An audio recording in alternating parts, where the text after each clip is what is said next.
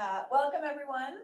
Welcome, everyone, to the Marketing Regulatory Legislative Subcommittee meeting of AVA on Friday, December 20th. Let's see, do we need to do, I guess, roll call? Let's do roll call. Thank you. Where's Director Trigger? Present. Director Barrientos? Present. Director Jorgens? Director Patino? Chair Roche? Here. We have a quorum. Okay, so do we have any members online right now then? We don't. have no members online. Okay, okay. So We do have Howard online. Oh, okay. He's in transit between meetings. Okay, great. Okay, thank you. All right, what about, do any public comments online for regular public? I guess on this one, is it just things on the agenda? Because, oh, not on the agenda. Okay, like regular. Do we have any public comments? There are no members of the public currently with their hand raised. Okay, I'm gonna close public comment, and if there's anyone listening and they have comments on later agenda items, feel free to raise your hand. Okay, great. So the next item is approval of minutes. Can I get a motion to approve the minutes? Should be my two members. Thank you. Yes, can I second? Chair, can I second, or do I need to get? You can if no one else is. I will is second. Okay, thank you. Thank you. Okay, great. Minutes approved. Let's go on. We need a roll call for the minutes. Oh, we do. Okay. Go Yes. Director Trigger? Do you have enough votes for me to abstain since I wasn't here? No, we No. won't have enough. I vote yes on the minutes then. Thank Thank you. you. Director Barrientos? Yes. Director Jorgens? Director Patino? And then Chair Roche. Yes, All right, the minutes are moved. thank you. Okay, let's move on to item number 4, the Oakland Roots and Soul Agreement. Yes. Yes. Yeah, thanks. Are you gonna screen share or should I, what's the best way to? Screen share, you're all good. Okay. If my screen, oh, give me a second to do this again. All right. Excellent. Yeah. Thanks. I'm Dan Lieberman, Marketing Director at AVA, and happy to share a preview of our proposed sponsorship with the Oakland Roots and Soul soccer teams for the 2025 season. Click to the next slide. First, a little bit about why AVA sponsors sports teams. First, I'm sure you're all aware that since AVA has launched our service or as EBCE, all of the major sports teams have left the market. It's not our fault. But we had the Oakland Raiders moved to Vegas, the Warriors moved to San Francisco, and the A's moved to Vegas. And now there is this new crop of minor league teams coming to town, bringing in sports fans. And it actually creates a really nice opportunity for us to sponsor a local team that people are sort of rallying around now. Few reasons why sports sponsorships benefit AVA, increasing our brand awareness, informing customers about what we do. We can get some brand luster associating ourselves with these teams. You know, people have a good favorable feeling about these teams. We can meet the customers where they are. We do a lot of digital communications. It's really nice to just meet customers there at the stadium. It sort of broadens out the way that we interact with folks in our service area. There's some opportunities there to boost employee morale. Our staff members love these teams and love the opportunity to be associated with them and see some games, and strengthening our local partnerships. And then, of course, there are the direct benefits that we get from the sponsorships that include having our booth at the games, being able to interact one-on-one with fans when they're there, having some field signage. We get tickets, which we also share in like social media. You know, we can have contests and give away some of our, portfolio of tickets. The team will do social media posts about us, so it broadens our reach out to their fans. We have done game night handouts, including branded swag, clock wraps, player appearances, all those sorts of things that come with the sports sponsorship. And most recently, you see at the bottom, we've had the Roots logo on the back of the Roots and Soul jerseys for last season only. That was a new thing for us. So we got some great fan exposure that way. Next slide. Here is a history of all of the sports sponsorships that we've done. The Oakland Roots launched in 2018 when AVA launched as East Bay Community Energy. So it was nice coincidence. We've been sponsoring them since their first season was in 2019. We've sponsored them ever since. Oakland Soul, which is the women's side of that club, had their inaugural season in 2023. We sponsored them then and in the last year. There's another women's team in that same USLW league, the Pleasanton Rage, and we have sponsored them since 2023. And then the Oakland Ballers, they are a Pioneer League MLB affiliate baseball team playing in Oakland, and we sponsored them in their inaugural season last year. And if you click, here's a little more info about these two clubs that we're talking about today specifically. Oakland Roots, as I mentioned, they've, founded when we did. They started in a lower tier of professional soccer, and they have moved up from the NISA to the USL Champions League. The very top tier is MLS. So if you know, like San Jose Earthquakes, they are an MLS team. The Roots are one tier below. They play 34 games a year. They started at Laney. They've been playing at Cal State East Bay. Next year, they're playing at Oakland Coliseum, and things move so quickly that the content at the bottom actually changed as of yesterday, I guess, or like. I was gonna They're- ask where they are now. Yeah, they're gonna play at the Oakland Coliseum, but they have been planning to build a stadium in the Malibu parking lot just south of the Coliseum.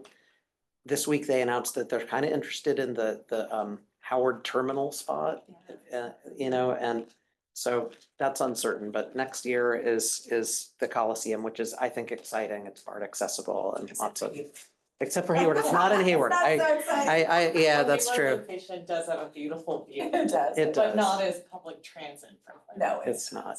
And the seating is limited. I think one Yeah. thing that we'll talk about on a future slide is that they sell out a lot of their games. And so it'll be interesting at the Coliseum to see what the actual demand is for seats, because they'll have a lot more opportunity there. Then the Oakland Soul on the women's side, so much interest in women's soccer right now. They started a couple seasons ago.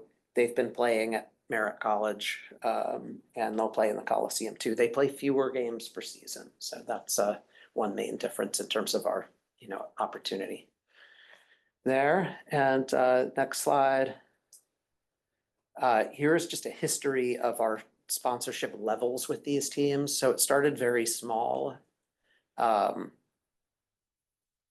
was a lot of uncertainty about whether fans would show in the early years, and they were building their brand.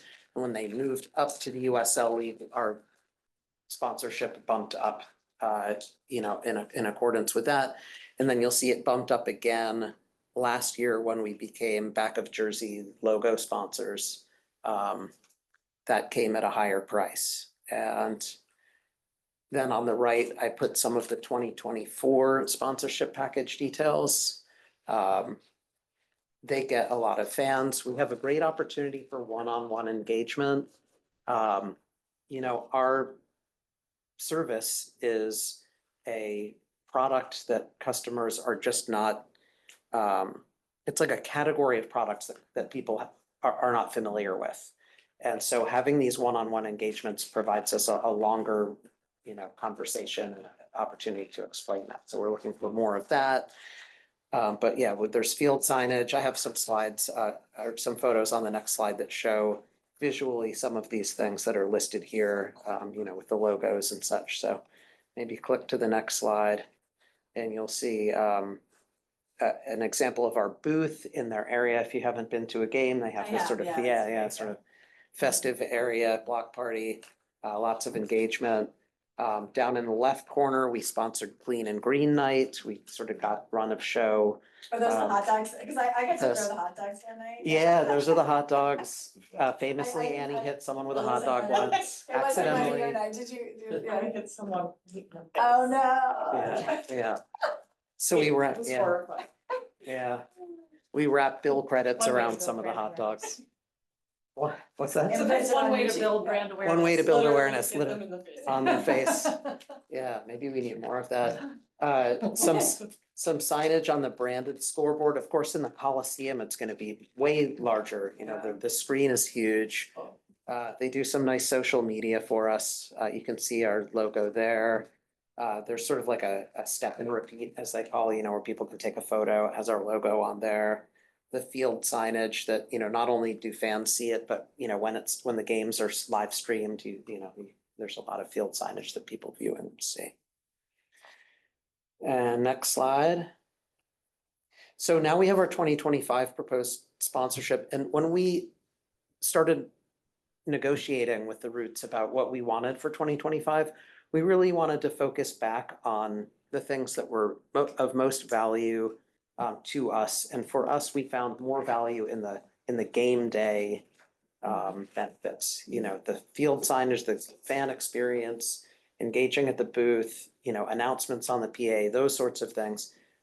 And some other things were maybe more valuable to another partner of theirs who is willing to pay for, streaming ads during the live stream, or the digital clock wrap on the live stream. Those are things that are seen generally by people outside of our service area, which it's nice for overall branding, but sort of less, they're expensive for what we get out of those assets. So we are proposing a sponsorship that leaves those things out and sort of doubles down on the in-game experience. So slightly lower price point, you'll see it's at $175 total. Last year was $194.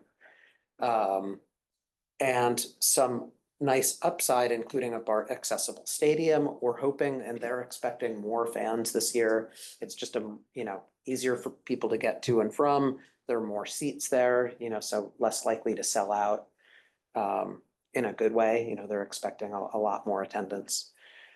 Larger stadium means larger signage, larger digital screen, sort of a cool experience. I think people want to go to the Coliseum. There's a lot of history there.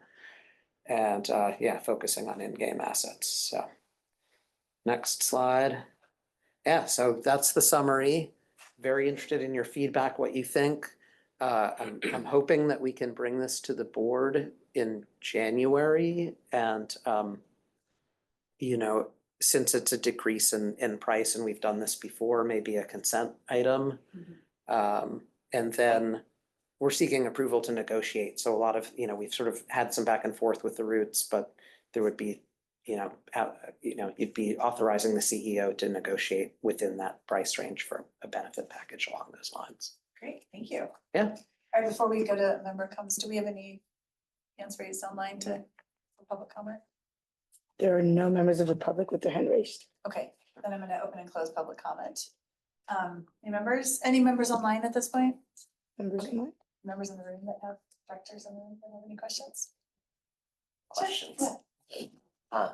Yeah, thank you so much. I have seen the beautiful Ava logo at the games, and it was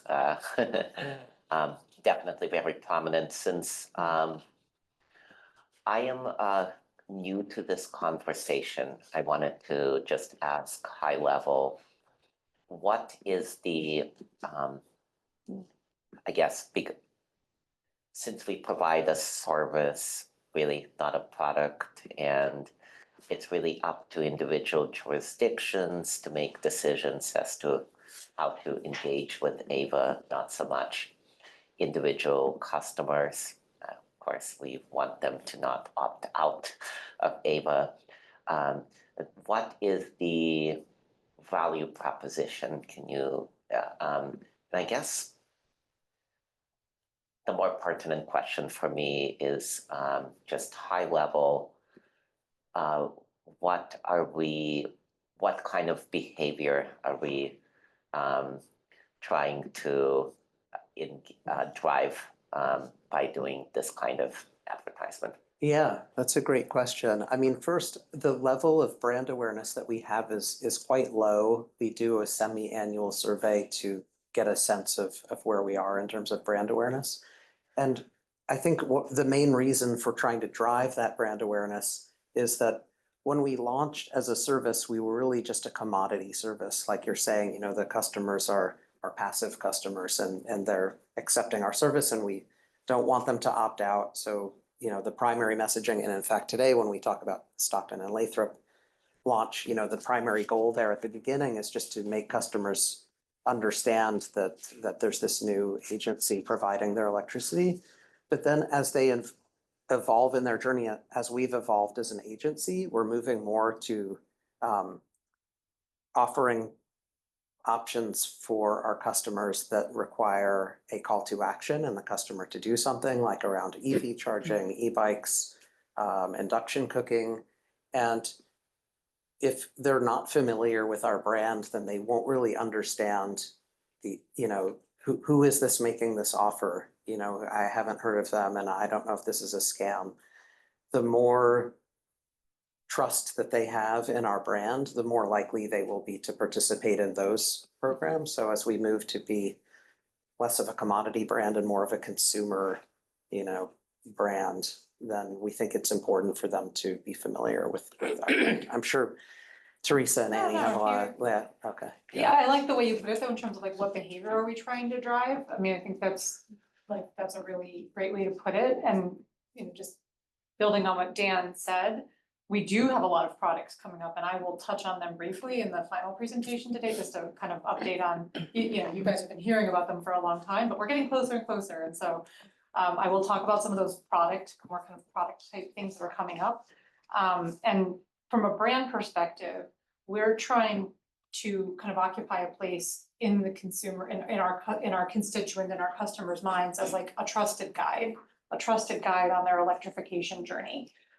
So 100% they get electricity from us and it's got to come on when they want it. Like that's job one. But in addition to that, right, yes, like when they think about what the next step they might take, be it put solar on their house or a battery or an EV or something like that, and they have questions about that because these are tough, confusing. There's a lot of confusing things out there with rate increases and everything now. We want them to think first and foremost, like, I have questions about electrification. I want to go to Ava.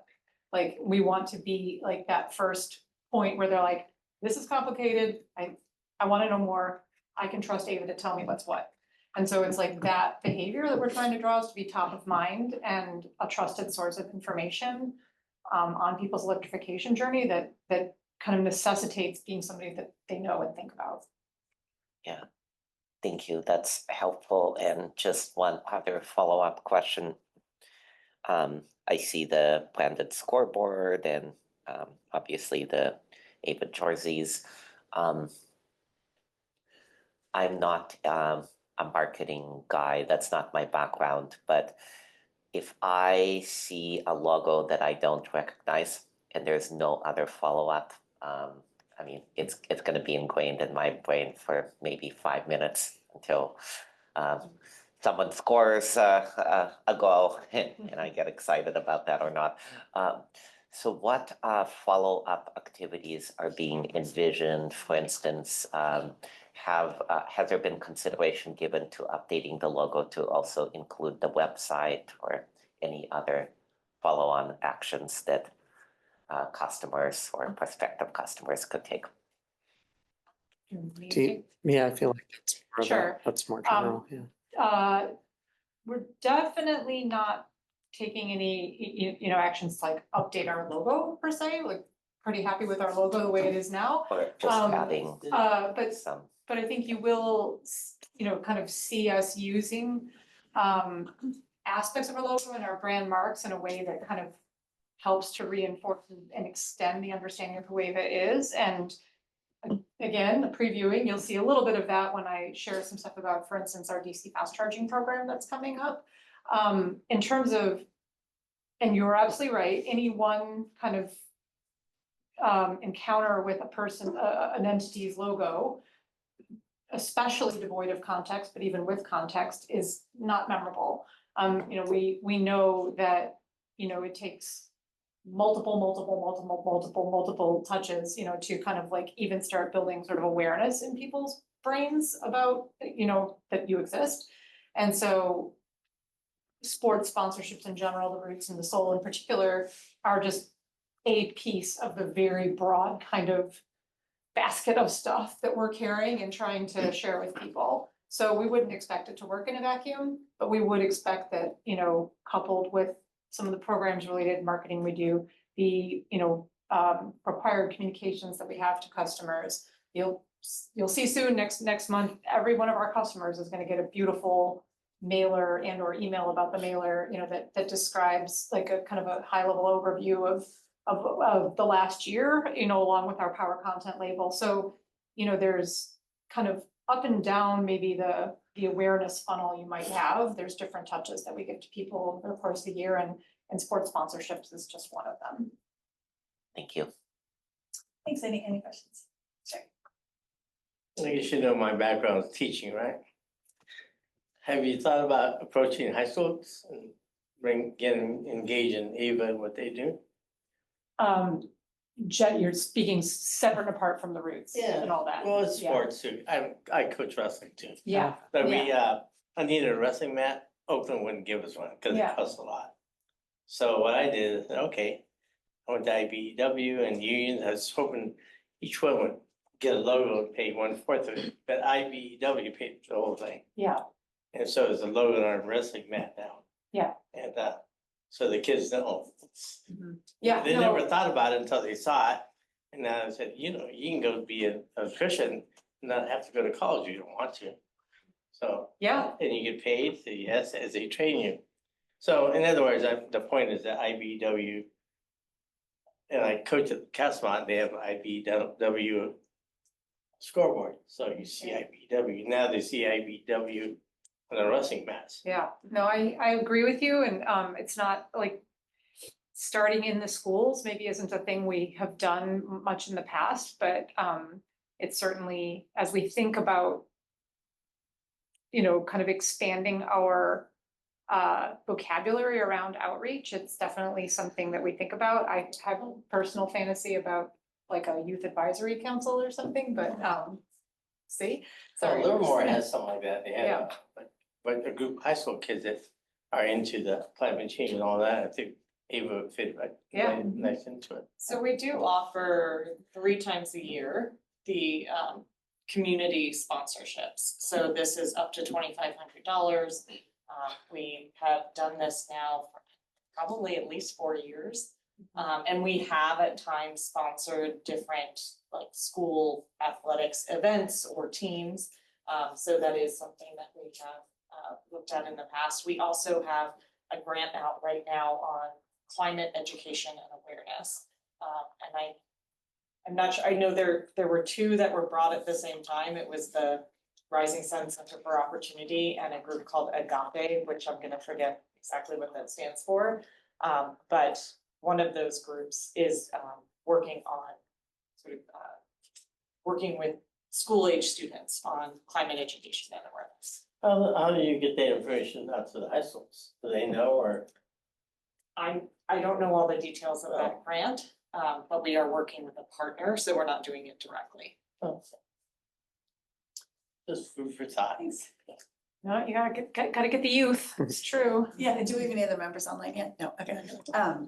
No, thank you for this. I mean, I've seen it a couple of times, but yeah, I mean, I see it almost as like subliminal advertising, you know, you're at the game, you're having fun, and you consider Ava as something, you know, positive in that interaction. So it's like, so I think it is a building of Yeah. just brand awareness. So when later you actually need to make a decision that involves Ava, you'll have some like feel good feeling about it. And then I think, you know, just the interactiveness with the booth there, and then it's on the jerseys and it's on the Yeah. billboards. I think you get this sort of overall sense of I'm at a fun night, and this is an organization that sponsored this fun night, and so Yeah. I can see why, right, yeah, the feel good there. I did want to ask, how did you even get started with Roots from the beginning? Like, how did Ava partner up with them? I'm trying to remember, I'm looking at Annie, because I know. it was like the 2 of us Curious. either heard about the Roots or they reached out, because we were not sponsoring any sports team at that time, but they were just coming into town. I think Yeah. either we reached out to them or I can't imagine they reached out to I us. just remember Idris, who is their chief marketing officer. I Yeah. think, or similar title. He's one of the founders. Like he came in when we were still in the WeWork and talked Okay. with us. Okay, yeah. You know, this is very much like a passion project for him as well as like an actual going concern. So I don't recall exactly No, that's good. I was just the curious. origin story, but I remember very early meetings when they didn't even have like players on the roster yet. No, I mean, I like it, you know, Yeah. so. Now all of the teams know that we sponsor teams and they reach out to us. Yeah. Yes. Yes, we got a solicitation for a professional cricket team recently. Cool. Mhm. That's cool, Well, it's actually. based in San Francisco, Oh, so is it's, it? like, I know pretty much. they consider themselves, Bay Area, but they're based in San Francisco, so it's not too far. It's a little too far, but, yeah, Dan's right, they've got our number now, like, people are like, sports, Bay Area, talk to Ava, right? Yeah. No, I mean, I'm supportive of like, just this like sort of change and how we want to do the sponsorship, but don't be used on it, so many, we want to put on, just the things that we get the most, eyes. And like I said, it's a lower amount, so I don't see why we can't just put that on consent, I don't know, everyone agree, but I don't know that it needs like whole board discussion, because I'm sure it seems to be, the board is supportive of this, Yeah. advertising, so. Yeah, I would be supportive of this sounds like well, and thank you for the history, the roots behind the roots. I know this is not on the agenda, so you probably can't really talk about it, but at some future point, I would be interested to just understand how this fits in more broadly with our overall marketing strategy, where else to be advertised. It takes PhD, folks with PhDs can figure out their PG&E bill, so how, what Ava can do to support, this is how much you save if you're an Ava. Yeah. Kind of that entire spectrum of actions in marketing space that Ava is doing. Maybe sometime, one of these meetings next year, we can kind of present a broader view of the overall strategy. Yeah, we can talk about that in the agenda item, Yeah. agenda setting. Great. Yeah. Yeah. Okay, cool. Thank you. All right, thank you. Let's go ahead and close that item. Thank you very much. Yeah, thank you. And thank you. Okay, we'll move on to number 5, the overview of recent research. Yeah, so going from the very specific to something a little bit more broad, we have done a lot of market research in like the last quarter-ish or so, and we just thought we would bring you some first of all, just raise your awareness that we're doing it, that we have this research now, and just bring you some highlights and key learnings that we've had from it. And certainly you're gonna see here, because we don't have, 10 hours, like I'm just touching on some very, very high level highlights, but if there's an interest in like digging deeper or seeing actual results or something, happy to share all that with you. You can go to the next slide, please. Sorry, folks online, my name is Teresa McDermott. I'm the head of marketing at Ava. Anyway, so this is just snapshot of the kind of 4 different categories of research that we've done recently. The first one is Dan hinted at it. We do a twice yearly kind of brand survey to understand ongoing awareness and perception of Ava. And that took place fairly recently. I'm not going to talk in depth about that today, but that's just an ongoing piece of kind of data that we have over time. And as Dan said, and it is very broad. Like the only requirement is that you are in our service territory. So we're not kind of filtering in any way besides that. And as Dan said, we know this unaided awareness over time is low, but creeping up, and not, I'd say we've largely made up any ground we might have lost after having changed the name. But the 3 pieces that I'll focus on now are what we've done more recently for our DC Fast. We've done some research for our DC Fast charging program. We've done some research around our managed charging program, and research to inform our upcoming DERMS, distributed energy resource management, specifically the solar and battery storage program that will be launching as the first effort of that. So I'm just gonna go through and give you kind of like I say, super high level insights from each of those efforts. So you can go to the next one. So the first one I'm going to talk about is kind of some insights we've gained around EV charging first around managed charging. So, okay?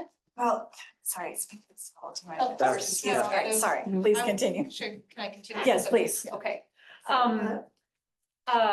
So I'll talk more about the managed charging program, kind of like from a market execution standpoint during the last little update I give you, but as you know, I think we are getting ready to launch a program around managed charging to help folks save money and shift their load for EV charging at home. We're using a partner to do that, a company called Optiwa. They're both the platform, like they provide the technology platform to manage the EV charging, and the way our contract is structured with them, they are doing the customer acquisition. So they're doing the bulk of the marketing. We've never done anything like this before. They're a very aggressive sort of customer acquisition engine type marketing. They operate in a way that's very, very commercial, like consumer oriented and commercial focused. We've never done anything like that with our customer base, so we have a desire to like learn from it and to ensure that that type of activity is okay with our customers and doesn't kind of harm our position with our customers in any way. So before we started it, and the program is going to launch early next year, in January of next year. Before we started it, we decided to do some research with the target audience for this to understand their perception of AVA, their understanding of managed charging, you know, anything kind of like surrounding that area before this program starts. And then 6 months after the program starts, we'll go back and do another round of research to kind of test what the impact of that has been. So this was a quantitative study. There were 400 total responses we sought, and we broke that group into two groups. And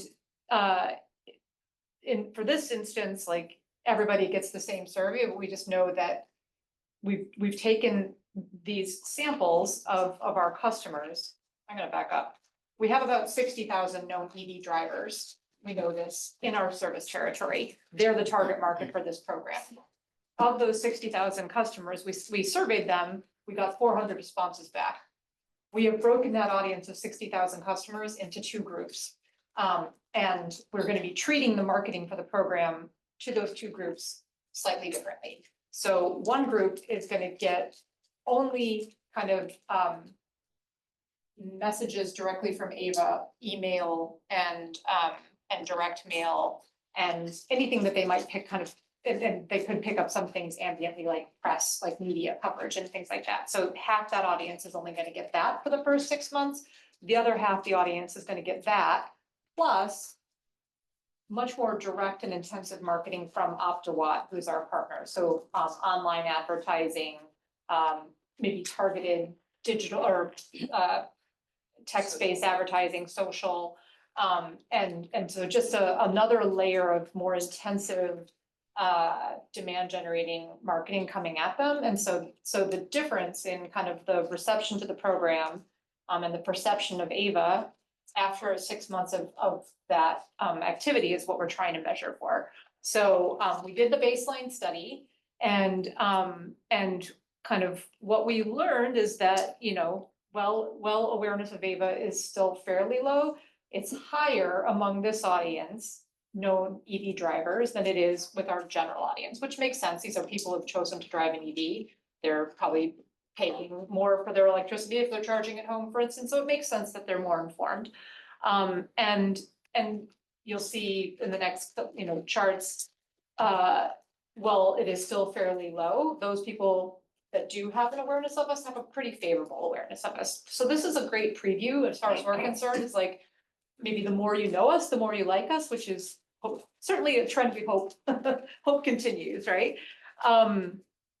So we can go and look at some of the specific results on the next page. So next, yeah. So here you can see this is sort of like high level around awareness and favorability. And so in the survey, we asked about not only their awareness and perception of us, but also of PG&E and Optiwa, who is that partner that's helping us with the program.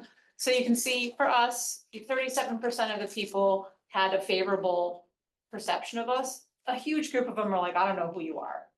So we have potential. That's our potential audience to kind of like really influence. Just the opposite for PG&E. Not very many people said they don't know who they are, but a lot of people said they don't like them. So better, I think better to be lesser known and more liked than really well known and really, you know, disliked. And then Optiwatt, our partner, as you might expect, very low awareness, and that's okay. Like they, you know, that's to be expected. They're fairly new but you know, a lot of just lack of awareness there. So you can go to the next slide. So yeah, sorry, go ahead. Do you know why people are unfavorable of APA?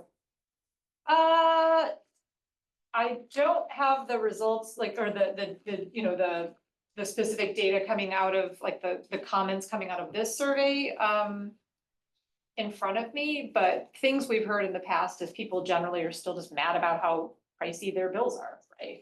You know, I mean, like the bulk of the negative sentiment we hear is just around, it's still too expensive. And if they have a more nuanced understanding, they're like, you're not for profit, you're supposed to be cheaper, but it's not cheap enough, you know? And I'd say that that's the bulk of the negative sentiment that we hear, is that it just still not cheap enough. So that's the Because bulk. free would be good. Free would be, I think we could make people happy with free, but probably not an option, so, but still, actually, some of the people, maybe not, you know what I mean? So this question was more about like the idea of managed charging itself. And, you know, like, remember, this is an audience of people who do, own an EV, right? They already charge their cars. And so you can see, like, even the concept of managed charging is not well known amongst these people too. So that tells us there's a, you know, definitely a heavy lift and education involved in terms of like what it even is, let alone do you want to participate in such a program. So, you know, only 18% said they'd heard anything at all. The bulk of the people said they hadn't heard, or they hadn't heard anything. So, you know, good to understand where we're starting in terms of what the awareness of this concept even is. It's a little bit obscure. So you can go to the next slide. So managed charging mean you plug it in yourself? So what it means is basically you download an app, and you set in the app, like, I want my car to be ready to drive 100 miles by 6 a.m.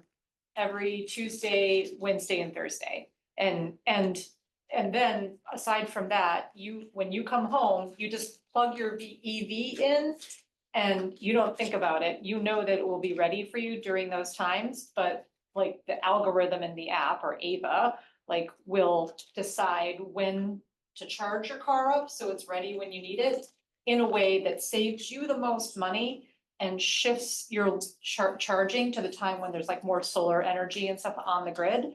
So it's both about saving you money and about kind of reducing grid stress, moving charging to times when there's more solar on the grid, shaping load, things like that. I'll just add, it also, so it allows us to do that. Yeah. Via a partner software. And the reason being, I mean, imagine if we had 50% of all vehicles were EVs and every single one started charging at midnight. Like, that's an incredible impact on the grid, but not all of them need to start charging at midnight. You can stagger that. So that's sort of leading up to this very much like future of grid management, or grid services, they call it. And we're doing similar things kind of, you know, with batteries, with thermostats. But in this case, it's the batteries of the EV. That's a good question though. Why would you bother to do this? So this is for people to charge at home. Yeah, so again, just like the, that was the final slide around managed charging. We'll talk a little bit about the survey, the program itself in the next presentation that I do. And just to say that for that last piece of research, we will be repeating that survey, like I said, 6 months after the program launches. So that'll probably be like July-ish. So we'll be repeating that, and we'll be able to see kind of how many more people understand what managed charging is. Have people's perceptions of AVA changed? all that kind of good stuff. So the next piece of research we did was two different things actually around, in support of our, DC fast charging network. So, that's obviously a project that's been under development for a long time. We're getting very near to launching our first site. And so as we kind of go from the, as we get closer to kind of inviting customers in, we need to know what customers really want out of their charging experience. And so we did both a quantitative and survey to kind of validate and inform our customer experience, at the sites. And then we did some focus groups talking to people to test and validate the actual name of the program and some of the language we use to talk about it. So you can go to the next slide. So the quantitative survey described there on the left, it was, fairly long, 50-question survey. Got decent response amongst both EV drivers and potential EV drivers, and potential EV drivers are people who said that they're interested in buying an EV within the next 2 years. And if you kind of a reminder of why we're building this DC fast charging network, it is to encourage more people who live in multifamily housing and or don't have the ability to charge at home to adopt EVs. So the way these stations are sited, it's near multifamily housing, in places where people gather and work and things like that. And so we wanted to talk to people who are open to the idea of buying an EV or leasing an EV, driving an EV, but haven't done that yet, to understand what was going to help move the needle for them.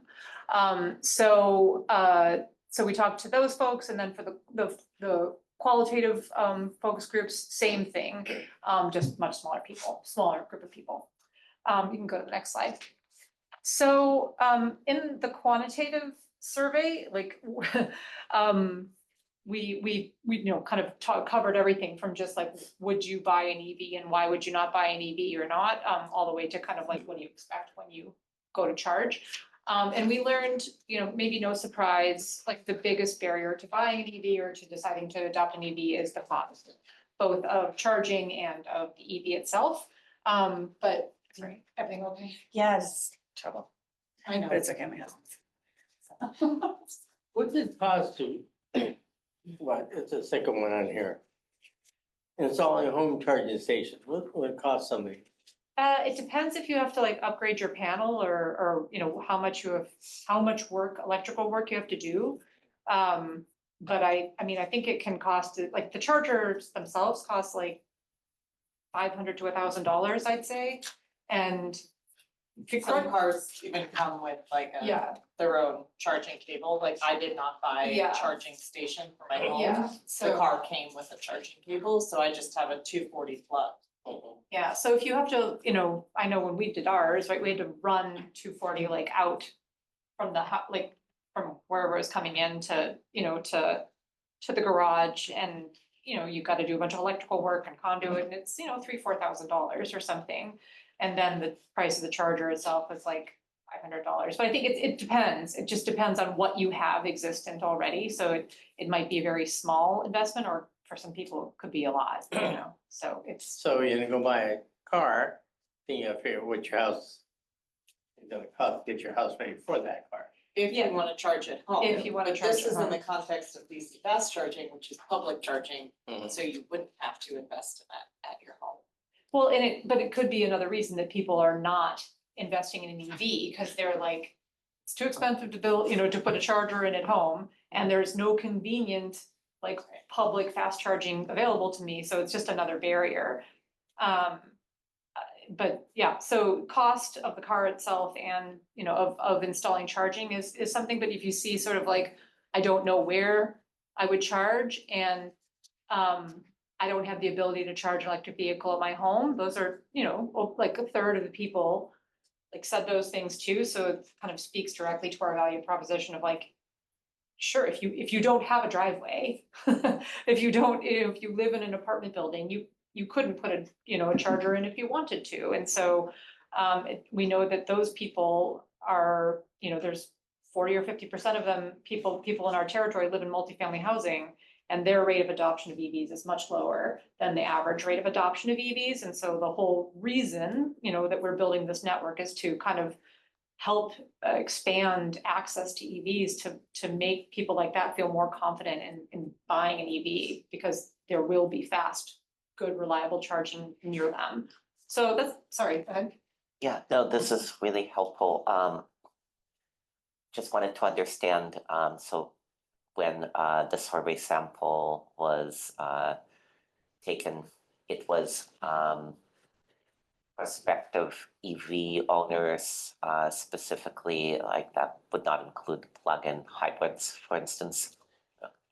Yeah, the EVs. list was drawn from known EV drivers, and that do not think that includes plug-in hybrids. No, the no The EV. known list EV list does include, includes okay, plug-in so I apologize, I misspoke.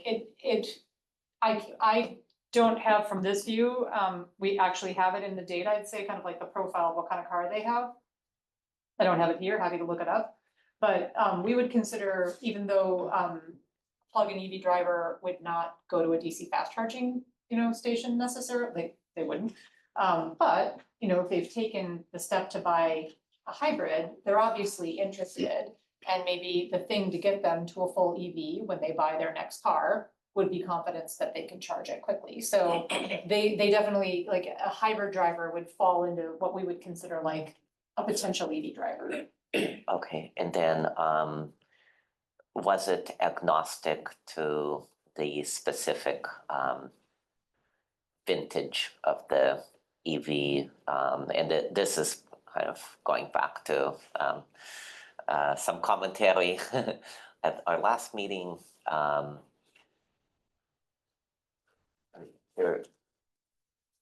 There's a cost barrier to getting a brand new EV. Of course, it would include fast charging capability. That's great. But for folks who maybe can't afford a new EV, but want to purchase a used EV or a plug-in hybrid, that's level 2. So I'm trying to understand in terms of this data, is it kind of oriented towards what would it take to basically purchase a brand new EV with fast, or an EV, relatively new EV with fast charging capability? I don't think the question was asked with that much specificity. It was more just, it was asked, with the sense of,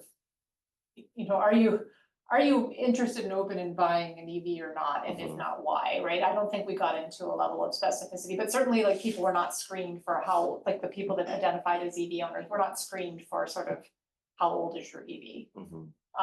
So we did not get into that level of specificity.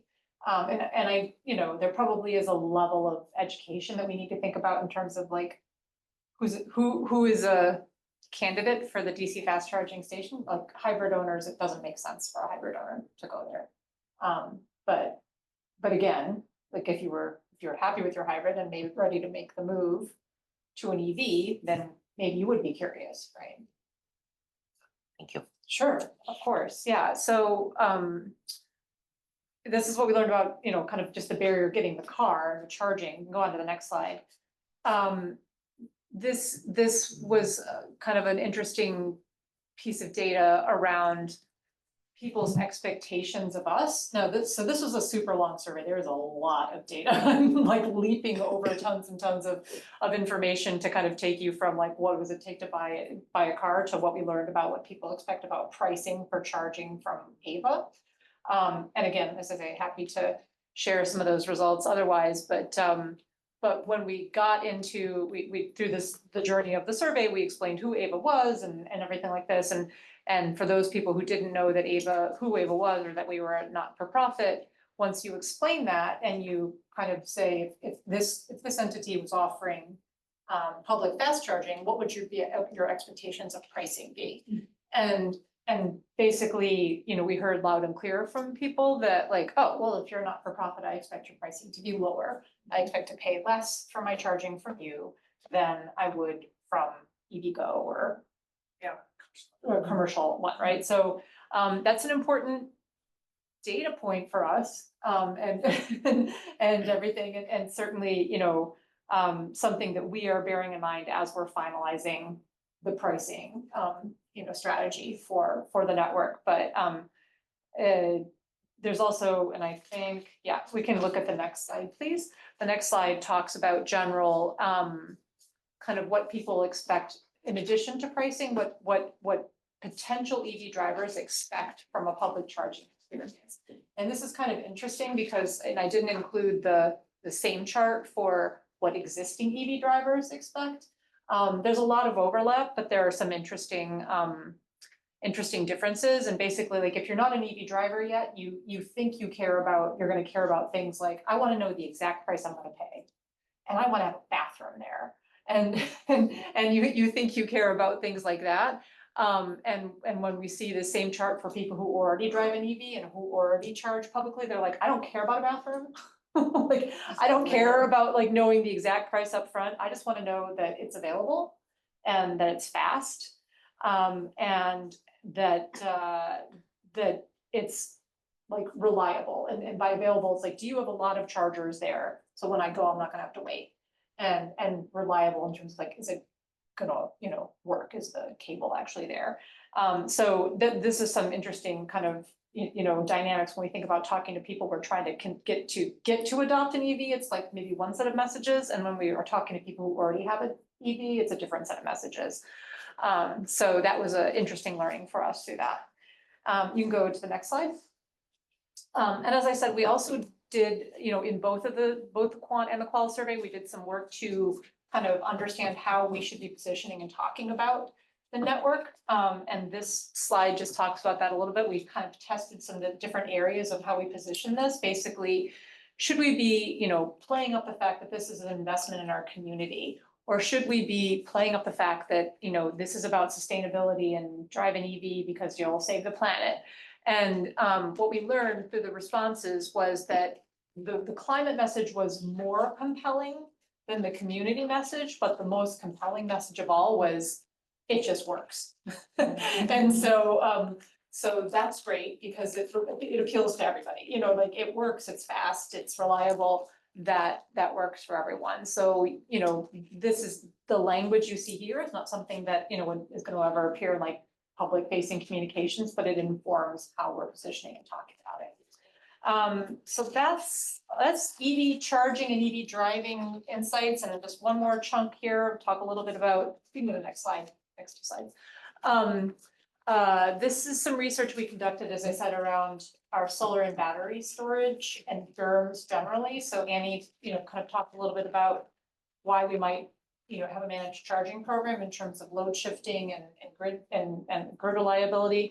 This solar and battery storage program is in that same vein. So rather than controlling the battery in a car, we'd be looking to control the battery on people's homes. So this is a program that's in development now. It won't be hitting the market until next year. But it is, this notion of maybe not a lot of people have home batteries already, and obviously coming into people's homes and saying we're gonna like turn things on and off in your home is maybe a little bit of an uncomfortable concept. And so we know that once we're ready to put this program out there, we need to have some insights to know how to talk about it and how to present this in a way that people are going to be receptive to it. So we did some focus groups to talk to these different groups of customers. So solar customers who already have a battery, kind of like OG people. Solar customers, already have solar, but they're thinking about purchasing a battery, don't have one already. Then another group of people who just don't have solar, but have expressed that they'd be interested and open to it. And then we have a fourth group of people that was sort of a mix of solar owners. Some had batteries, some didn't. So you can go to the next slide. Basically, what we learned was, again, I'd say overall a topic people did not understand. So the focus group spent a lot of time even just trying to help these people understand what the heck we're talking about so they could talk about it. So that's a good thing to know. Like a big thing that came through for me from this is that there's kind of two main cohorts of people. There's like the OG people, the people who've had solar and storage and they're on NEM two, right? Like, those people have one worldview about this, and then newer people, people who are new to this world have a very different view about why have a battery, what it's for, and everything in there. And I'd say there's like a lot of ignorance in both groups in terms of like what it means to discharge a battery and why you do it and when you might do it and what's gonna happen to your battery when you do it and everything. So we learned, that we're gonna have two distinct audiences to talk to, or probably gonna mostly be talking to the new audience.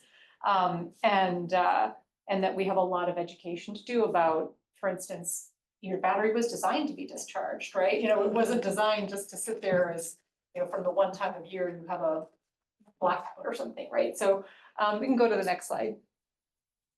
So the focus groups, we got a lot of, as you would imagine with a focus group, a lot of kind of unique perspective that, coming together, really helps us inform this program, not just this program, but others too.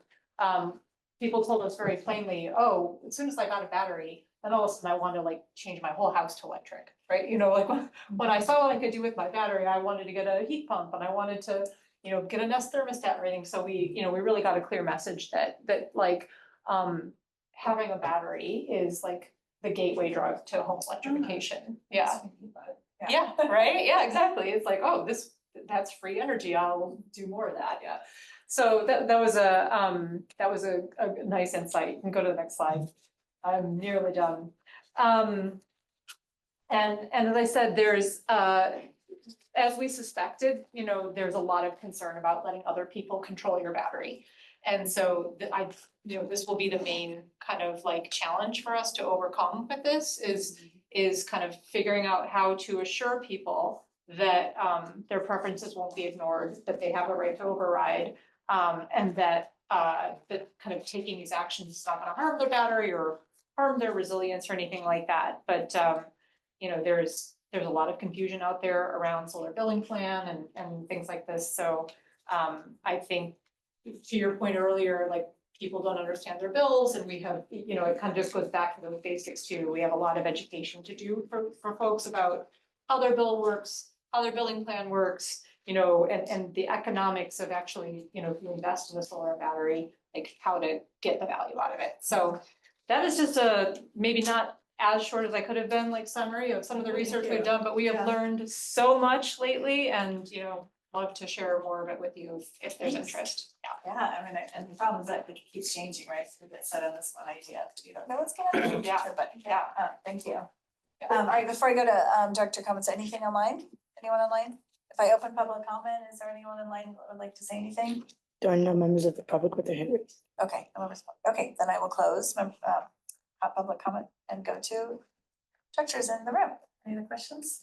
When you say they're afraid that someone's gonna manage their battery, how's that gonna happen?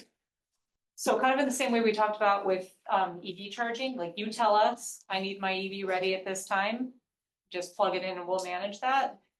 Kind of the same thing, but with your home battery, right? You tell us you need to have, you want to have this much power reserved during this window, or that, we can't touch it at all during Sunday, like you can set that. Besides that, we are going to take actions on your battery to help ensure that you are paying as little for electricity as possible, and we are shifting demand on the grid, right? So it's like becomes a distributed resource that Ava can pull on to like help shape load across the entire area.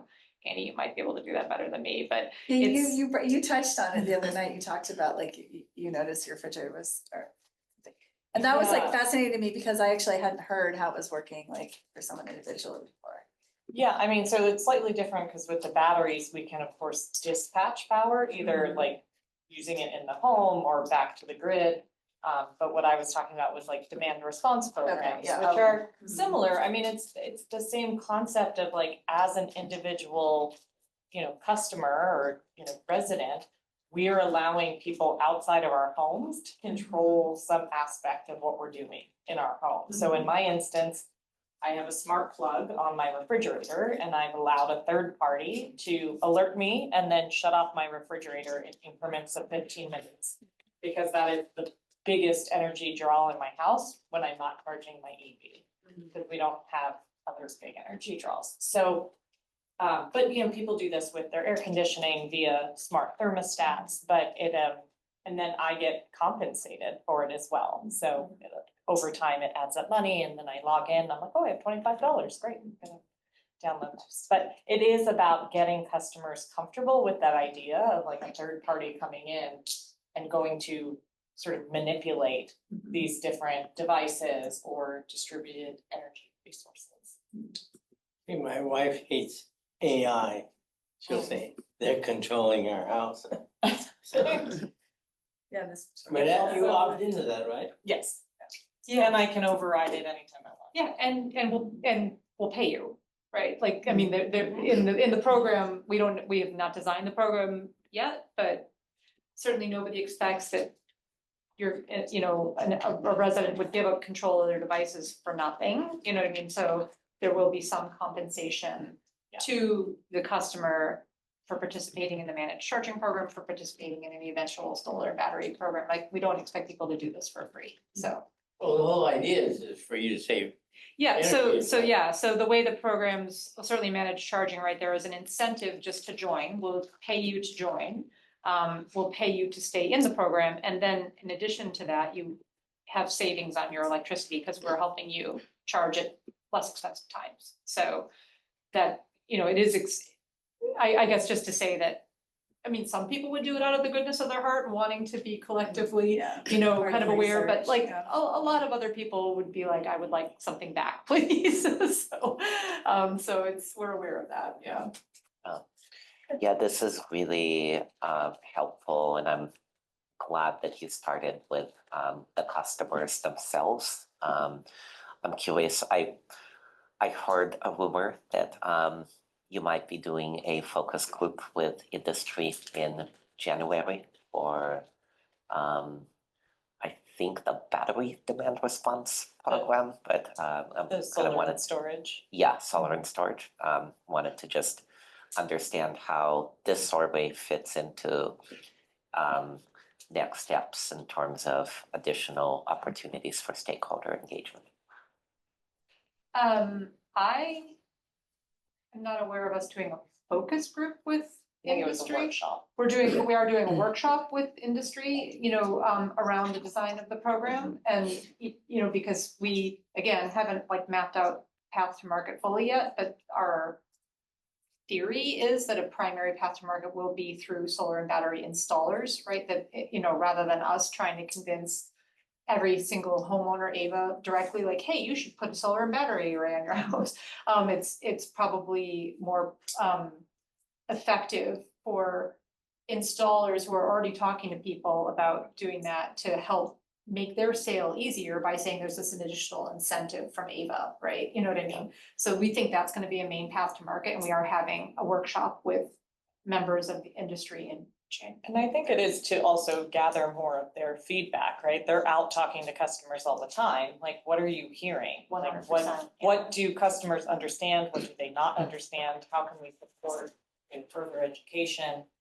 Are we designing this program in a way that is going to assist both the installers as well as the customer? Yeah. Just more data gathering, but I think we're calling it a workshop instead of a focus group. Yeah, sorry, I did hear workshop, Yeah. not focus group, so Yeah. my apologies. And that's great. And probably to the extent that you can answer this high level question, since there's a variety of different demand response programs being envisioned by the CEC, by the CPUC, you know, TSGS, TIBA, some of them. The ones that have been finalized, you can double dip and work, like it can be in AVA territory and be part of another program, some don't. This is more of a general question. How can the results of these focus groups help AVA implement a program that would be a greater value proposition to individual customers than whatever may end up being authorized by state agencies as other types of demand response programs. I know it's program by program, whether you can double dip, you know what I mean? And I think it just depends on the, the parameters of each program, so I don't think we have a vision or visibility yet into whether or not a participant in an AVA solar and battery program could also, I don't know that we have a I think, visibility into that. I'm not sure if I fully understand what you're referencing, but I'll say we are already experiencing this question of sort of participating in sort of multiple, I'll call them programs, but we don't see each one as a program. So for example, our EV managed charging is a program and is how we think of it. But there is now the availability of real-time pricing. They call it hourly flex pricing. Both are intended to do the same thing. It's to shift use away from high cost, high carbon times. But hourly flex pricing, we consider that a rate. Our EV managed charging or smart home charging is considered a program. And so, but there lacks clarity in the policies coming out of the regulatory agencies about whether or not you can do both at once. There's no drawback for the customer, but it does mean that like money from the state or money from AVA is sort of being paid twice for the same outcome. So we are, at this point, we are just saying they are exclusive, but I think our policy team is actively working to get clarification on how customers should be treated if they sign up for multiple types of rates or programs that are essentially trying to achieve the same objective. Yeah, that's helpful. And I think this was more of a comment, actually.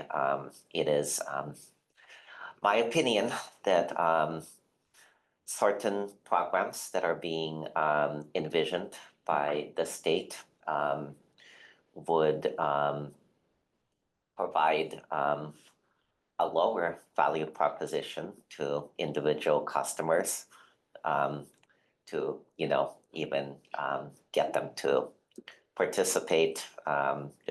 There's, insufficient compensation at insufficient times, while exerting a lot of third-party control over their system. And that's, I don't mean to make that broad brush comment about every program, but I know this, having been involved somewhat on the other side in like trying to get, more understanding of what it might take a customer to actually switch into a program like this. This is, I'm glad AVA is doing this kind of opinion testing upfront, because I think that's going to be important if it's if two programs are not allowed for dual participation. I imagine we would want to incentivize the customer to go with AVA rather than something that is a lesser value proposition from the CEC or CPUC. For sure. I think that's what we had in that one, yeah. Yeah, I just, thank you. I apologize for stepping out of school issues. But my husband took it, so. Yeah, good. I was sort of interesting reading the responses for the fast charging expectation, because I would think, all of the fast chargers that go up around like shops and malls, like, I would think that would be high expectations. So it's so interesting that it's so low. Well, again, that chart is for potential EV drivers. Oh, okay. And so I'm not sure if you were, this was very, very interesting Yeah. kind of piece of the study for me, because we have the same chart, but for current EV drivers. Okay. And like, for me, a big insight was like, what you think you're gonna want and care about, like before you start doing it is different than what you actually turn out to care about Yeah, once you're doing it. You know what I mean? Maybe that's like, maybe that's not a big insight, cause that's the way it is in a lot of things in life, Yeah. you know what I mean?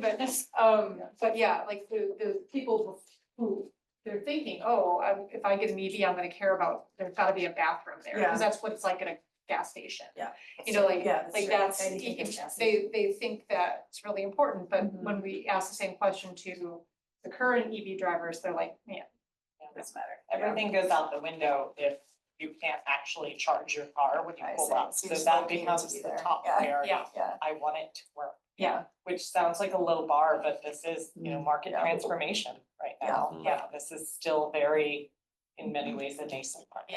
so just. yeah, I mean, you're, and like you said, the multiple is station, cause it's like a mom might put in two, but like you need to know there's gonna be several, so if you show up there to have, Yeah, and just the basics of like, since you are gonna be standing there for a half an hour or something, right, do you feel safe there? Yeah. Do you feel, do you feel, and so like, it's understanding things like that that are 100% directly shaping the experience that we're installing at our sites, right? Like we are investing in additional lighting, we are investing in additional security, we are, investing in sort of like a lot of signage, so, there's little room to get confused or not know what's what or how to find a thing, right? Because, we kind of started this journey thinking, oh, we're gonna be paying an attendant to be on site to like help people so they feel, they know how to use it and they feel comfortable and and like we heard from the research, like, no, I don't wanna have to talk to some weirdo who's like hanging around, right? Like, I know how to charge my car, you know what I mean? Like, Yeah. I don't, like, what are they gonna be doing? They're like, I don't need that, like, I would, just turn the light on and make sure the Wi-Fi works, right? So, I think this understanding this nuance really has helped us kind of install the right type of experience, especially in this first station, and we'll learn from that, so. I mean, it's sort of interesting when you think about that, because there's this model of gas stations working, people look for gas stations, that like, that's not the model, that it's like, just start converting gas stations to charging facilities, since people have that expectation of being able to stop there, like why it's sort of like, instead of people doing shopping malls and parking lots and things like, Well, I think that, my sense is, and some of my colleagues are, live this way more totally than I do, but, I think what I'm learning is that the answer is yes and, you know what I mean? Like, we need it all, like, Yeah. we need it all for this to become, Yeah. a thing that. mass adoption. Well, exactly, Yeah, I mean, right? we haven't yet, I mean, partly it's cost, right, we have a 2015 Subaru, and it's just, it works fine, Yeah. and it was, Totally, yeah. But it's like, we'll need things at malls, so when you're shopping, you can do it, but we're also gonna need maybe things that act more like gas stations, because you're on a road trip and, you need that fast experience that's, so I think we're gonna have to have it all. Yeah, no, it's so interesting. And then on the battery thing is really interesting, because so someone like me, we got our solar in the early days of Solar City, right? And we just don't think about it. There it is, never. And so I think we'd probably like to get a battery, but unless someone's knocking on our door saying we can be with that, like it would have to be so easy and obvious to get it, because I'm not sure how it would fit into our system. I don't know, like, how it would be, like we have, I mean, it's a little bit older, and so I think because our lives are busy, like I love the idea, it just needs to be more obvious about who do I trust to get that battery, like where do we get the battery, do we, that kind of thing, and it's almost more of a, it would have to be sort of a simple, easy, like, don't forget you can get one if you sign up now, you can get, I don't know, so I think there's probably a lot of people like me that we put them on there, we think it's saving us some money, and we haven't really thought about how to. Yeah, I think I'm surprised they haven't come back and knocked on your I door. know, right. Like, Yeah. "Hi, They we're forgot about Tesla." you, yeah. Yeah. They're still in business. Well, Tesla, Solar's Oh, it's a Energy, Tesla, yeah, yeah. no, that. Yeah, I'm listening to that, but it turns out like he, had invested early on, so I said, just brought it back into Tesla, so. Yeah. But, that's right, Tesla, yes. Yeah, so I think, a thing that is kind of becoming clear to me through that research is like, there's gonna be just very different messages to different folks. Many people or not many, okay, we talked to like 40 people. Mhm. A thing we heard in these focus groups and from folks who are in your situation, I already have solar, is I can't get a battery, it's gonna kick me off of NEM Mhm. and it's gonna kick me onto solar billing plan. And like, but that's not true. It's, as we've done some research, and so there is like, there are misconceptions out there, like inherent to each kind of person's unique situation. And we're gonna have to find a way to, you know, Sort of a like, multi-message. yeah, you know, and then to like, you know, again, this is about being this trusted guide, like, you know, be credible and be, you know, understood to be a source that, you know, well, we have skin in the game, you know, our skin in the game is on your behalf, right? We're not trying to make a buck here. We're a credit, like an honest broker of information. We've done the research. Here's the research that says, no, if you're on NEM2 and you add a battery, like, here's the statute, you can do that and it's not gonna kick you off, you know, and put you on solar building plan or something. So like, we heard different objections based on kind of what people's current reality with their system is, so. Okay, yeah, and we're not even there, it was more like I said, it's like, there it is, we just haven't, you know, kids, I don't know, life, like, we just haven't refocused on how could we make this a more efficient system, you know? And, right, and I think like information that came in our face somehow would probably be. We'll put you in the user testing group when we're ready. Yes, thank you. Thank you. All right, great, thank you. I know, and I guess we asked for public comment early on, there's no hands raised. Okay, I did just want Yes. to say one thing as we move out of this item onto the next. I mean, I asked Teresa to pull together all of this research because I think it is really valuable that we are questioning our own internal assumptions and really going out and talking to members of our community as we're looking to stand up these programs, both to understand how to message, but also in the design of the program itself. So really, these are well-funded, rather, in many cases, the volumes that we're trying to achieve through these programs are far greater than what other IOU or public utilities or other CCAs have done. So we're really trying to go into this with as much information as possible. And, you know, I think if we had all sat around a table, we would be staffing attendance at these DC fast charging stations when thinking we that was launched. important, Thinking yeah. that that was so important, Yeah. and then to go out and sort of bust that myth a little bit. Yeah. So that we can deliver a better product for our customers. And it takes longer, sort of pushes back deadlines, but I think overall, it means a better product, more value for our customers. And a lot of learning.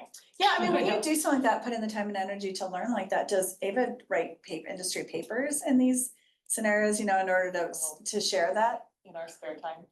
Yes. No.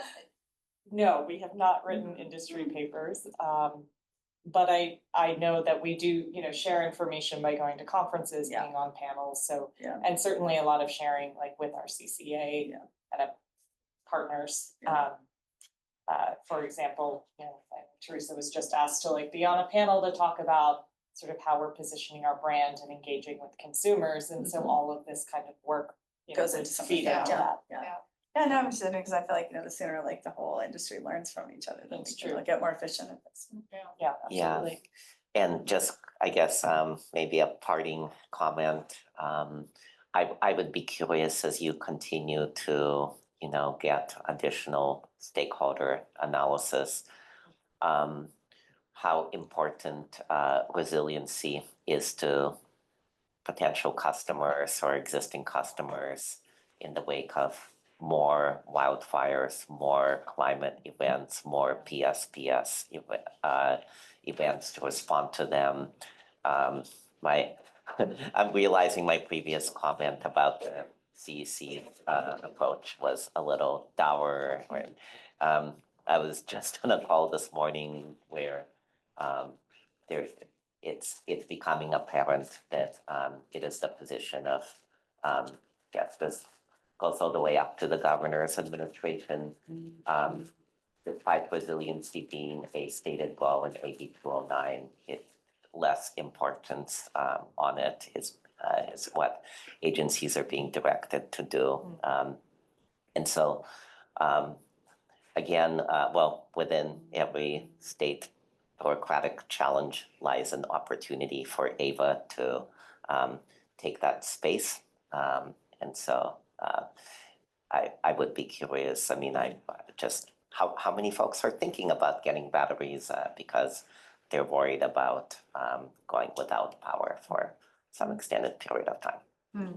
Yeah, well, we will, as we do more research, we will be back here telling you more about it, so. Thank you. Yeah. Yes, That's yes, interesting. yeah, so Okay, Dan, Dan's on deck for Great, Stockton so- and Lathrop. All right, so we'll move on to Yeah. item 6, Stockton Liquor. All right, I'm sure you're all familiar with our pending launch of service into Stockton and Lathrop in April, so I'm here to give a little preview of our marketing activity plan. So next slide. Yeah, the cities of Stockton and Lathrop are joining our service in April, so customers will be enrolled over the course of April according to their meter read date. Both cities selected Bright Choice as the default service, which from where I sit is nice because I can just have the same messaging, around savings to both of those jurisdictions. Unincorporated San Joaquin County starts service in 2026, so would have been nice if those temporal stars aligned, but still nice to have both Stockton and Lathrop now.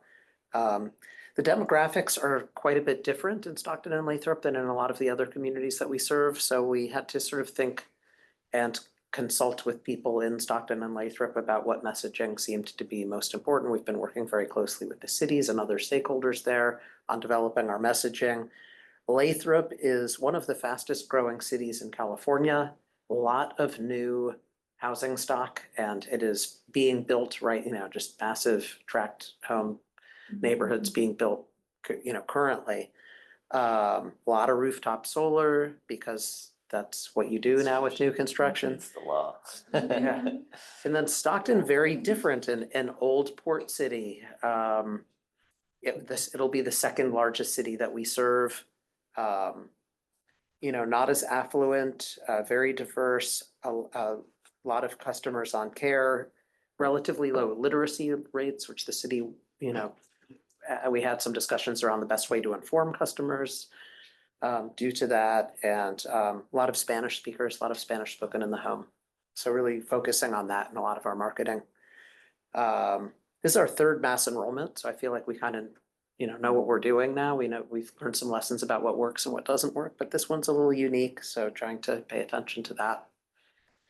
The key messaging will be about savings. We're coming in with a 5%, discount to PG&E rates on Bright Choice, and that's a nice thing Is to that the main point to. driver for them choosing Bright Choice versus at that rate? I imagine I wasn't in those conversations, but maybe. I wasn't directly, but as far as I know, I'm not even sure that there was serious consideration given to Renewable To Renewable, 100, okay. especially, I think, at launch. Okay. You'll see the numbers, but Yeah, the percentage of Carafera is essentially double our okay. current service territory. So Yeah. that makes sense, yeah. and then we're just trying to get local, we're working with folks there.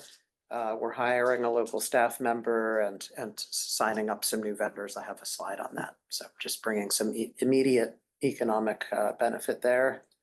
Next slide. So yeah, here's the slide Annie was mentioning. So you can see the bottom row is Ava's current, roster of customers. And then, you can see on the Lathrop side, very high NEM rates, 38% on them. That's just a lot of rooftop solar. And also relatively high care rates there. And then in Stockton, 46% on care. That's, just very high number, more than twice our overall average. It's the highest percentage of care customers for any jurisdiction we serve. And another thing that I think is interesting is the, quite a bit of energy use here in Stockton and higher bills, but lower relative wages. So, affordability issues there for electricity.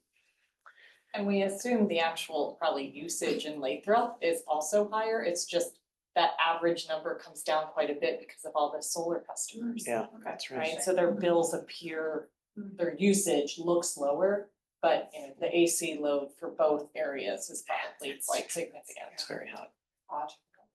Yeah, so, Can I ask, while NEM is probably going to be the controlling percentage, do you track non-NEM solar systems as well. You mean SBP or like customers who are on solar billing plan, or do you just mean they're not interconnected They're not, well, in? or they could be interconnected, but they're not on NEM.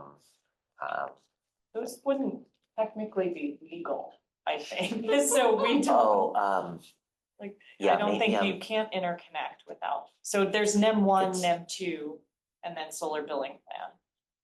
it's the ones that would be interconnected, but maybe just the customers are not interested in the NEM3 tariff, so they're not exporting. I mean, I'm not aware of customers even in Alameda County who are on that Okay, situation. I mean, I don't know. Yeah, I don't know Yeah. that we would, I don't know if we'd be aware. We know they're NEM because when PG&E sends the data, Yeah. they're It's NEM, DG so I don't stats. know how else we would know. Yeah. Yeah. that's yeah, fair. I mean, I say that's illegal partly because you do need to be interconnected for the grid, especially older systems. Because they can't island, right? They can't stand Yeah. alone from the inverter technology. And, the reason that you do have to get a permit for solar is due to the disconnect. Because if the power goes down and it's the middle of the day, your system could be pushing power back onto the lines and create a safety concern for any, lines people that are working on it. So, yeah, I just would expect that to be a pretty far edge case, rare edge case. Yeah, I'm thinking about non-export systems, but I guess they would still be tracked through Yeah. DG stats, so, Yeah. okay, Yeah. thank you. Yeah. All right, and then just some overview here of sort of the high level objectives. We're trying to inform residents about AVA. We're trying to increase brand awareness. Again, sort of going back to, ultimately we're gonna try and sell some of these programs and services to the customers. So the more, brand awareness we can create and that'll help down the road. We're going to be tracking opt-outs. That's one of our primary metrics of success is, how many people opt out. We want to minimize that number. And then the strategy of mass enrollment, there's sort of a regulatory compliance element to it. We have to send at least 4 notices to customers. They have to occur within a certain time frame. They're actually approved by the PUC. So there's that compliance element. We think an informed customer is a good customer. So of course we want to get out there and just be, make our grand entrance, make people aware and informed about who we are and what we do. And then of course we want to meet people where they are. So not just sending notices by mail and email, doing digital social media, out of home ads, attending events, doing it in multiple languages, just trying to make ourselves available in the ways that people get information in Stockton and Lathrop. And our approach is keeping the message simple. This is a new product type. People have never had choice, or not in the last 20 years in Stockton and Lathrop. And so, focusing on savings, that this is automatic savings. They don't have to do anything. And working with local partners. So since we're new, if we can, have other folks carry our message, that helps. Trusted sources of information like cities, community-based organizations, that really helps. They bring the credibility. Next slide. This is a long list and I don't need to go through all of it. I know we're also pushing up on time, but you can see this is a very broad outreach campaign. We're doing the enrollment notices. In addition to the required notices, we'll do courtesy notices around some other things. If they're on them, they'll get additional notices. BPP is balanced payment plan, PDP is peak day pricing, AMP is arrearage management program. These customers keep those benefits. And so we'll send an extra notice saying these benefits stay with you. You don't need to take any action, to continue. We'll do advertising. We've hired a firm. I have a slide on that. We're going to do event outreach. We have hired someone locally. Social media. These landing pages are actually live now. I have another slide, but they've gone live now, which is great. Our enrollment notices have been written and laid out. So we're getting pretty far along here. Some media, we're gonna actually hire an advisor on some media engagement. And we've been talking with the Stockton Ports and Cargo. I put their logos up there, but sort of similar to the Roots, but way smaller scale, opportunities to sponsor sports clubs out there and have our booth there at those games. We have a staff person here, Juan, who does key account outreach. He'll be doing it for Stockton. And then other things that we usually do, sort of like a webinar, some webinars so that, we have people can access us live online, and some office hours. In other enrollment phases, we've even just said, hey, we're gonna be at this coffee shop, come on by, ask a question, or when the bills start arriving, hey, we can, answer your questions live if you want. And Alex DeGiorgio has been doing city council presentations and has another one in January. So yeah, very broad. And then next slide. These are the themes that we're using for the marketing. So for February and March, we're really focusing the messaging on that this is coming soon. We're not starting before February because customers can't opt out at this point. The mechanism doesn't exist. And it can be frustrating for customers if it's in the ad blitz and telling people and they're like, well, I don't want this. And then we're like, well, you're just gonna have to wait. It seems disingenuous. So we really do the blitz starting in February. February 3rd is our official launch date for the campaign, and that's when our enrollment notices will be going out and such. So Ava is coming soon. You don't need to do anything, automatic savings. Then we'll phase into sort of April and May. Customers are getting enrolled. You're gonna save on electricity. No need to take action. It's your official provider of clean energy. And then June and July, really focusing on understanding their bill. They'll start, even though they're launching in April, they'll get their first bill in May. Summer rates will kick in. Energy bills, they'll get the highest bills they've ever gotten. We know today's news, PG&E was like 6th rate increase of 2024, just got approved. Their bills are going to be very high, and we know that. And so we want to be prepared to inform customers about, to the point that was made earlier, that they really need to understand their bill and shouldn't need a PhD to do so. So we'll try and keep those messages simple. And the next slide, again, sort of, here's just a preview of like some of the initial ads that we'll run, which really just focuses on clean energy, lower rates coming soon to Stockton and Lathrop, just giving people a preview. So those will run in February. Next slide are these landing pages. So we had to build 3 landing pages, one for each city. If you go to avaenergy.org/Stockton, it has custom info. Those are live now. And we can also point, if we do like a billboard, we can do welcome as a general page, and it has just very basic information and a fork out to Stockton and Lathrop. And the next slide. So we did these TV ads using some of our staff and some sort of local talent in Stockton and Lathrop, and we did a photo shoot. We got some great high-res photos for the site. Turned out great. I saw the most recent draft yesterday. It's really coming, it's just about done. In this photo, you can see that's actually Chris Davis, who works in account services here at Ava. She lives in Stockton. That is actually the hand of Josh Chen, who's our consulting designer. That EV is a leased Chevy Bolt that Ava has.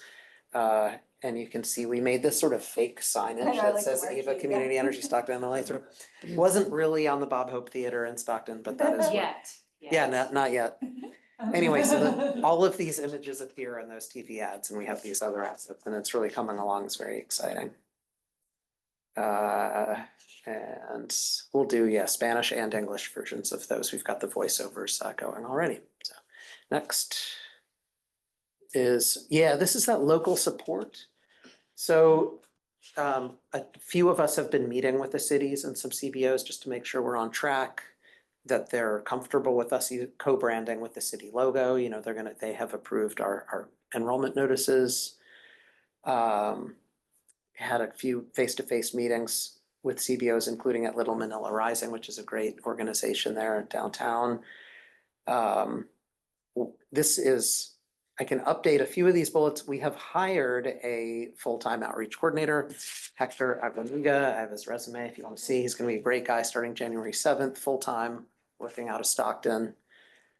We did hire a media placement firm, Port City Marketing Solutions. They signed the contract. I'm very happy about that. They'll help us do the ad placement. Where are the billboards that we should run? You know, what are the best places to get our message in front of people in Stockton, Lathrop? And they're a Stockton-based media buying company, so that'll really help. And then we're looking for a PR sort of outreach influencer consultant, and we got a couple responses to a solicitation, and I think we found a good person who's gonna help us just, if we do a media event, press release, those sorts of things in the initial months, it'll be a short-term thing, but making sure we have someone who understands that market on the ground in Stockton and Lathrop. Cool. And I think that's probably it. Do we have one more slide? I can't remember. No, that's it. So happy to answer any questions, or I don't know if there's public comment. Thank you, yeah, let's first open public comment. Any hands raised? There are no hands raised at this No time. hands raised, sorry, we'll close public comment and move back to comments. Questions, comments, anything? This is great. Yeah, I know. No, I it's one of those items where it's. It's great to super see exciting. what's Yeah. yeah. I'm really excited to get Yeah. over there. Yeah, because there's so much solar out there, like, will this be a different sort of like what they're putting in the grid and what their prices are, like with that kind of solar, rooftop solar?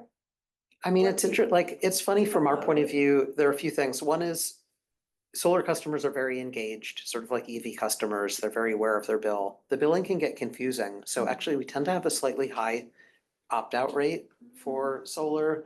But we also, they're lower revenue customers, like they're just not buying as much from us because they have solar. Yeah.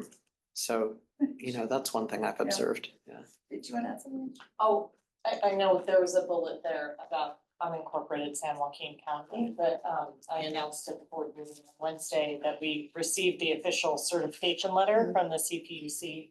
So earliest start date is in fact January 2026. Okay. So that was great, a milestone achievement, very exciting.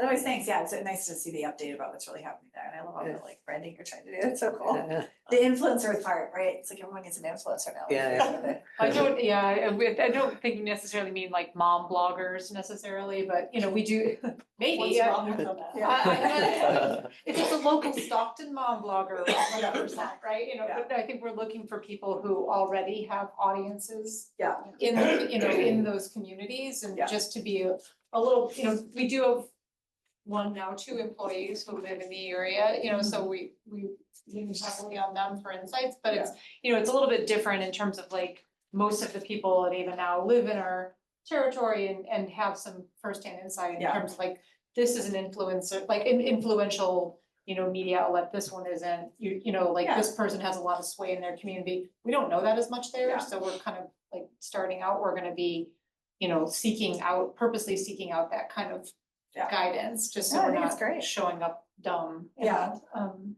I would say you better get on the show, no, I think it's great, Yeah. thank you. yeah. Thanks, guys, it's good to get an update on that one. All right, how much time are we supposed to end at 2? Is that? Yes. Okay. And I could go like this, I can give you and The this next is one? already like super kind Okay. of high level, but I Yeah. can just give you the highest Sure, high for the level next one, okay. on this and Okay. Yeah, and that's good. yeah, so it's we have 3 Okay. big programs that are launching soon and just wanted to give you like the fastest update on, so you can go to the next slide. So, you know, you've no doubt heard about these programs over time, you know, and you know, from different areas, you know, from kind of load forecasting, and I think just, I'm looking at these, you know, we're looking at them right now through the lens of like how we're going to market and the promotion of them and everything. Happy to, you know, provide additional context if that's useful, but our managed charging program that we've talked about from a research standpoint is launching in January. It has a name, so one of the things that we're doing in our research is trying to kind of like understand either overtly, like, is this a good name for this program? Does it make sense? Or at least gain insights that would help us name it. So in this instance, we've settled on the name Ava Smart Home Charging, and the smart home kind of category, or smart home sort of family name is what we'll be calling additional DERMS type programs. So the eventual solar and battery program will have a name that is in the smart home family. We haven't sorted it out yet, but so Ava Smart Home Charging is our charging program. That's our managed charging program. It's launching in January. As I mentioned before, you know, we're doing it in conjunction with OptiWatt, our partner. And the split basically is anything having to do with personally identifiable information Ava's doing and things that are not touching customer data, OptiWatt is doing. So we can go to the next slide. Just like these are drafts of the landing pages. Pardon? They don't look like that. Like I said, drafts, like this is, it says right, draft. You know, this is like, all of this, you know, you guys are like here for the breaking news on all of these programs, like Yes, yeah, I like it. stuff is, you know, moving and grooving as we go along, but just kind of OptiWatt's landing page and Ava's landing page, like I said, it is kind of an interesting thing that we're doing in terms of going to market with this other brand and you know, kind of balancing sort of how the two brands work together is an interesting challenge for us. So yeah, just coming soon, but you will see some version of these things coming in January when the program launches. We can go to the next slide about our e-bike incentive program. That program also has a name. It is Ava Bike Electric. So that, you've probably heard that one. That's been floating around for a while. We named Ava Bike Electric. It's also in partnership with another entity called Aptum. In this instance, that Aptum is not doing any marketing for us. They are doing the, you know, the program kind of management, running those operations. They're running the drawings, they're distributing the incentives, things like that. We're doing all the marketing. You know, I think this is an easier marketing communications challenge than managed charging. Like, it's free money. It's just free money for a bike. Yeah. People know what bikes are. Yeah. So we are expecting this to be a not as heavy of a lift in terms of the communication aspect of it. And that program is coming soonish. You can see the next slide That's cute, is. I like that. Yeah, the next slide is some of the assets, the marketing assets we do have in progress. So, you know, one of our stakeholders in this program is local bike shops. So like, if you get an incentive, there are qualified bike shops that are enrolled in the program, all local, you know, within our service territory, where you redeem these incentives. And so some of these are assets that would actually live in the bike shops. So if you go to the bike shop, you know, to redeem your incentive, you know you're in the right place. Or if you've not heard of the program and you go there, you're like, hey, what's this? Like, it's a way to learn about it. So we're excited to kind of have those things in the real world like that. So yeah, when we're getting ready to roll the program out, you should see those out in the world, and that's Ava Bike Electric coming soon. How many, I guess, grant or award recipients are you looking to do for this program? How many incentives are we giving out? Recipients, like, is it capped? There's a capped dollar amount, like, so there is a capped amount of money we're giving away, and 40% of that money is earmarked to Carefera customers. So the amount of the incentive that's available is higher for Carefera customers than for non-Carefera customers. So 40% of the total amount of dollars goes to Carefera customers, and depending on what type of bike you want, you also are qualified for a different amount of money. So if you want like just a city bike, it's one number. If you want a cargo bike, it's another number. If you need an adaptive or like an assistive bike, it's another. How many total like bikes are you envisioning will be bought by this program? 7,000 to 8,000? Yeah, Okay. I think so. Yeah, it depends a little bit on what the ultimate mix of like bike types, you know, like, so if everybody needs an adaptive bike, then there'll be less money. Yeah. There are fewer incentives to give out, but around 5, I thought it was like 5 to 7, but bikes. somewhere Okay. between 5 and 8, somewhere between 5 and 8,000 bikes we're looking to get on the road. Yeah. Good. Yeah, very exciting. And I think we're coming in January with an update on the program, coming Okay, to the board. Yeah. Great. Yeah, and so the last one is DC fast charging. You can go to the next slide. And it has a name too, and I that, like these are descriptive names. simple, yeah, like, we asked you guys to go on a journey with us with Ava, and we promised you After that, that, like, when I. we promised you after that we would like lean into Ava for you know, kind of distinction and descriptions for descriptions, and that is what we're doing. And you know, we won't go into it now, but we did test some other names, always descriptive, but maybe a little like less literal than Ava Charge. We tested a lot of names through this process, and actually, you know, more than one person in the focus group, they were like, after, you know, focus groups go, people start talking, but like, they kind of like, I don't know why they just call it like Ava Charge. They should just call it Ava Charge or Ava Chargers or anything. That's what I'm gonna do. I'm gonna go to the Ava Charger. And like that had been kind of a position we had had all along. And we always knew that it was a default position for us, so we didn't think we needed to test it, but it was interesting to see that some people came there on their own, you know, Yeah. as they chewed on some of the Yeah. other options, they came back to that spontaneously, so it felt pretty good, right? Yeah, so cool. that Those is are how good. it looks in real life. Now, Like it. just like, Look, and it actually, even says Hayward, right? yeah, Oh, good. Yes. Yeah, I get the next one. Yes. Yeah, there we go. so we, at this point in time, we do have two different types of chargers, like the physical dispensers. So that one there is what you'll find in the Oakland City Center West Garage, Mhm. which is the first garage that we're launching in January, or first site that we're launching in January. Soft launching in January. And that I used that for the first time yesterday. Cool. It was so amazing. How long did it take? I went from 22% charge, 27% charge to 77% charge in 26 minutes. Wow.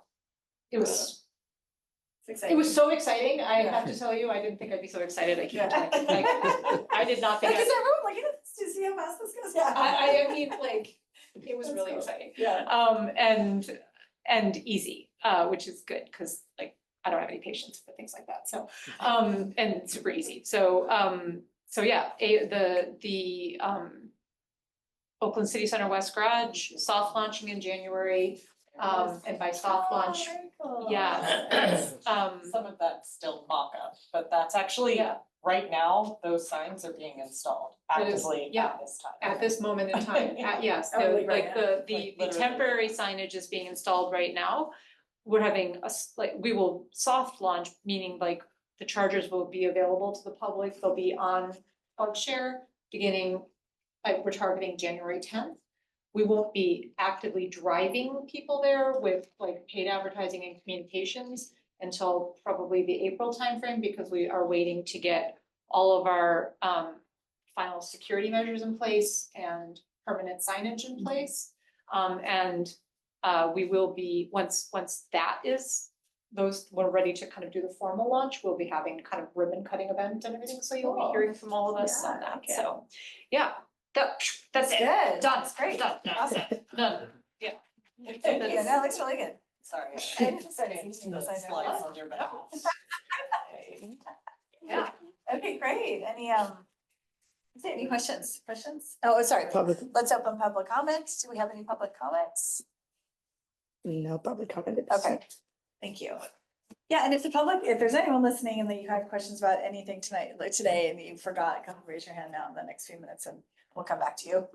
But on this item, I will close public comment and ask the directors of the room if you have questions or. I think Comments? you guys are doing a good job, and it looks exciting. I like orange.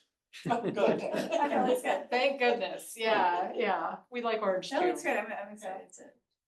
So that gets, right, so we're gonna be getting these in Hayward, I think, right, at some point, yeah. Yep. Yes, you are. No, I'm. And the ones you'll get in Hayward look like the one that said Hayward on. Yeah, the bigger, Yeah. the white one, yeah. And you'll be at the ribbon cutting, And I'll be. right? Yeah. Okay, great. I think that's it, right? Unless no other comments, so thank you. Yeah, thanks for moving through that one fast, because I didn't realize we were coming up time. And then I guess our last item is the agenda setting. The only thing I heard was potentially coming back with an overview of the marketing strategy in general. Is that you had asked earlier? Yeah, Richard? I think it might be, but I don't wanna disrupt the flow of things, but it may be useful, to get kind of a roundup of what other demand response programs exist within the state. So what are our potential competitors? So we try to partner, not compete with the state, but what's out there and how do they work and do they allow dual participation? Okay, yeah, that's it. Yeah, is that, do you guys have that? I don't know when we would add that, but, Well, that would be something we'd partner with local development on. Yeah, local development slash health services. Yeah. Yeah, so I think the next MRL meeting isn't until February. So that would be the next opportunity. And so we can sort of maybe start to scope out and outline that, and if we're not prepared for February, we can bring it up the next meeting. I know it's ever shifting. yeah, I was gonna say, I think it's gonna be on all new, because I think this is my last meeting. Because I think I'm going back, to the executive, yeah, so you might be the one remaining member, because I think, member, Director Gina's going off, right? He is, Yeah, yeah. and no then longer on the who's- Ava board. And I think, Jorgensen, was that the other? Jorgens, Sorry, yes. yeah, He's the Jorgens other is member. now the alternate. yeah, so he will be moving off. Yeah. And are you moving off the committee too, right? Am I what? Are you gonna still be on the committee in the new year, or are you moving off of? Well, yes, oh, yeah, Okay, good, okay, so the meeting, okay, good. Because the one thing I was thinking, it was sort of similar to what you said earlier, is it might be good when we come back in February to do just like a brief, here is our sort of like marketing strategy, why we think, because I think to your point earlier, Orientation. yeah, your point earlier about like, what is the value when it's a passive, what they're passive customers, like what's the, because I remember you did something similar to that, I feel like when I started, it was really helpful, we talked about that, I remember. Yeah, Um, yes, I think, was it here or was it main board meeting? I don't remember, but. I remember like, or like, yeah. I remember having a similar question early on and you Yeah. were able to answer that, so just, it could just be a brief Sure. sort of like, I know it seems like we shouldn't be marketing because we're not actually people to go out into the market and grab Ava, but Yeah. we have all these other reasons why, and I think you both answered that question today, so maybe a brief overview just to start off that way the next meeting. Sure. Might be helpful. Absolutely.